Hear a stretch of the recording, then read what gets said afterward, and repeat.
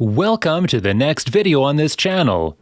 Today, we have prepared for you a list of moments in GTA San Andreas that may suggest that Big Smoke is a traitor. Of course, these moments come from the missions before the Green Saber mission occurs, in which we learn that Big Smoke did indeed betray his gang and friends. If this is not a problem, it will be nice if you write your opinion about it after watching the film, and in the meantime, let's get to work. At the beginning, we will look at moments from the movie called The Introduction, i.e., material that is a short film covering what happens to some game characters before the events of GTA San Andreas. So, the first sign of Big Smoke's betrayal can be seen in the first cutscene of the film. It turns out that Eddie Pulaski and Frank Tenpenny were at Smoke's apartment and offered him money in exchange for exposing his Grove Street brothers. I knew that fat fuck would see it our way. Yeah. Always do once they understand the choices we're offering. It is worth noting that Crash is making an offer that cannot be refused. Yes, Big Smoke might have rejected it, but only in theory. Because if Big Smoke told Crash to go away, they would probably find another way to achieve their goal. As a consequence of all this, not only would Big Smoke not get as rich as he ultimately did in the end, but he could also become a victim of some kind of attack, as was the case of Sweet, who opposed getting into the drug business. The next moment in the film is Ryder's conversation with Smoke. Big Smoke tries to convince Ryder to betray GSF as well. He tells him that getting into drugs is necessary for their gang to survive. Now the way I see it is that we don't have a choice. Ain't nothing to feel bad about. You put a gun to a brother's head, brother's gonna do what he's told, no matter if he's a fool or a wise man. Big Smoke even slightly hints that there will be an attack on Sweet soon. Of course, he doesn't say it outright, but the end of the introduction clearly shows us that Big Smoke knew what was going on during the conversation with Ryder. The next sign in the introduction is Smoke's conversation with Sweet taking place on Grove Street. Big Smoke tries to convince Sweet to enter the drug business using very good arguments. The man says that the GSF is not expanding the area, and the Ballas are growing in strength. What's more, Big Smoke mentions that the gang will earn huge money thanks to drugs, which will also allow the group to develop. Sweet, however, remaining true to his ideals, refuses to enter the drug market, saying that such a venture will ruin the entire gang. A similar situation occurs during the mission Cleaning the Hood, where in the first cutscene, Big Smoke still tries to convince Sweet, but fails again. And the final moment in the introduction is Tenpenny's phone call to Smoke. Big Smoke still has considerable doubts as to whether he should betray his gang. However, the man had already taken his plot for it, which made it even harder for him to withdraw from this deal. Took the money. I'm trying to set you up for life here, boy, and you're inadequate. You're no use to me at all, boy. Maybe I should kill you instead. Eddie, organize a hit squad. Not a problem. As it turns out, the introduction is not the only place where we can see that Big Smoke is up to something. We can see many similar moments in the game's plot itself. Already at the very beginning, in the mission called Big Smoke, we see suspicious-looking pictures. Big Smoke is staying at Beverly Johnson's apartment instead of being at the cemetery where CJ's mother's funeral is due to happen any minute. What was Smoke doing at CJ's house, and who was he waiting for with a baseball bat in his hand? Knowing the fate of the plot of the game, the answer that comes to mind is quite obvious, but probably for some, also strongly contradictory due to the further plot twist. Okay, and in the meantime, we're moving to the Sweet and Kendall mission. All four friends head to their car to head back to Grove Street, but suddenly the Ballas car appears and blows up Smoke's car. Men ride bikes to Ganton, and we can experience a lot of confusement on the way.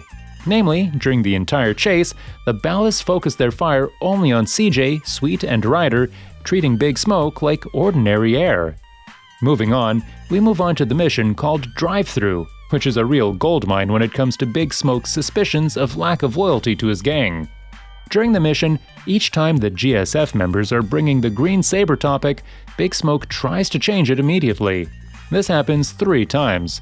Twice, we can see this on the way to Cluck and Bell, where CJ wants to talk about the circumstances of his mother's death. Ryder continues by saying that Sweet was the real target. Our moms get killed. We gotta talk about it. We all gotta talk about it. They was going for Sweet. Big Smoke, on the other hand, tries to finish this topic right away. How you supposed to know that? You know what people are like. Say they have love for you, but won't say a word. Too damn scared. Ryder then starts talking again about the green saber that was involved in the whole action, but Smoke continues to try to change the subject by saying that this is just a rumor, which is not necessarily true. The final attempt to change the subject follows the famous Big Smoke's order meme.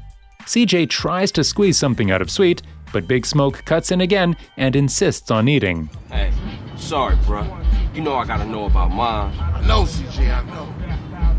I'm just trying not to think about it, so. I mean, I didn't know she was hit until it was all over. Yeah, right. Let's eat. Here, we also want to mention how slowly Big Smoke transfers the whole order. What we are saying is not clear, but it may suggest that Big Smoke knew about the Ballas who were going to attack them and said all this to buy them time. It would also explain the man's insistence on going for chicken to a nearby fast food store, which is close enough to the hood. When it comes to the drive-thru mission, there are still some suspicious moments that the player will have to deal with. Later, Sweet orders the entire group to drive by on the Ballas that attacked Grove Street Families OG. However, Big Smoke has a completely different opinion on this subject and decides to consume the ordered food calmly.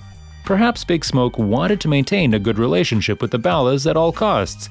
He could not shoot because even if all the Ballas were killed with the car, there would be other witnesses on the way who could also be Ballas due to the areas where the pursuit took place. The drive-thru mission culminates in taking Big Smoke to his new home. It turns out that Big Smoke moved from Grove Street to Idlewood, which is straight Ballas area. Big Smoke argues for his new purchase by the fact that he got some good money from his aunt. Hey, Smoke, tell me why you moved out the Grove. Man, got some money from my aunt. I mean, it's a nice place and all, but the Grove is in my heart, baby. It's where my dogs is at. The money came from Crash, of course, but even if we ignored that fact, the question of the Smoke's property standing on Ballas area is still there. Why did he not buy real estate on territory belonging to the GSF gang or possibly neutral instead? This is another very suspicious fact. Another issue is the total of 2 times Crash shows up at Big Smoke's house. This happens during the missions Running Dog and Wrong Side of the Tracks. Big Smoke does not even have any sensible arguments as to why the men from Crash visit him so often, which makes it easy to notice that Smoke is spinning something here and conceals the truth. What was that all about, baby? You tell me. Oh, hell, man. They got their nose in everything. Can't shit without Tenpenny taking an interest. The hell with him. Moreover, in these 2 missions, there are a lot of removed dialogue lines, which strongly indicate that Big Smoke is into something. In the beta version of the game, we were originally meant to bring Big Smoke back home, unlike the version ultimately where the mission ends after Vagos' death. Plus, from the deleted conversation, Big Smoke tries to pretend he doesn't know the Crash members, unlike Ryder, who doesn't hide it at all. In addition, there is also a moment when Big Smoke mentions the murdered policeman, Ralph Pendlebury, where he deliberately twists his name. This event takes place during the removed goodbyes at his house. A lot of important moments, which were supposed to strongly direct players to Smoke's lack of loyalty, also disappeared from the mission Wrong Side of the Tracks. Initially, a more extensive conversation was to arise between the characters before reaching the station. Big Smoke was saying a certain metaphor about wise and stupid sheep. In fact, he was telling about himself and that he is the wise sheep that does what he is told to do. Furthermore, in the beta, there was an additional subtask of collecting a drug package that was likely to drop from the last surviving Vagos guy. Big Smoke was trying to make a fool of himself again by claiming he didn't know Officer Tenpenny. Not only that, he consciously claimed that he did not know what was in the package, which was completely pointless, especially when he mentioned that it only helps to keep the goods away from the streets, where drugs are of course meant. All these ultimately deleted conversations once again very clearly suggest that Big Smoke is a traitor. The last moment that we believe reveals Big Smoke's intentions towards Grove Street is the Reuniting the Families mission. It's about getting to the motel in the Jefferson district. When it turns out that the LSPD is raiding the motel to catch and even kill members of the Grove Street families, CJ gets out of the car to help Sweet, while Big Smoke gets behind the wheel and drives away with Ryder. We honestly feel Big Smoke may have tipped Tenpenny about this meeting. It might seem that Big Smoke was counting on Sweet dying and then he would take over Grove Street. and getting into drugs would no longer be a problem. Either way, the plans were thwarted. Big Smoke decided to come back for Sweet and CJ, but probably to see if the men eventually survived. And these are all moments we have found to show Big Smoke's betrayal coming up. If you enjoyed this video, please drop a like and subscribe just so you won't miss upcoming episodes. See you in another video!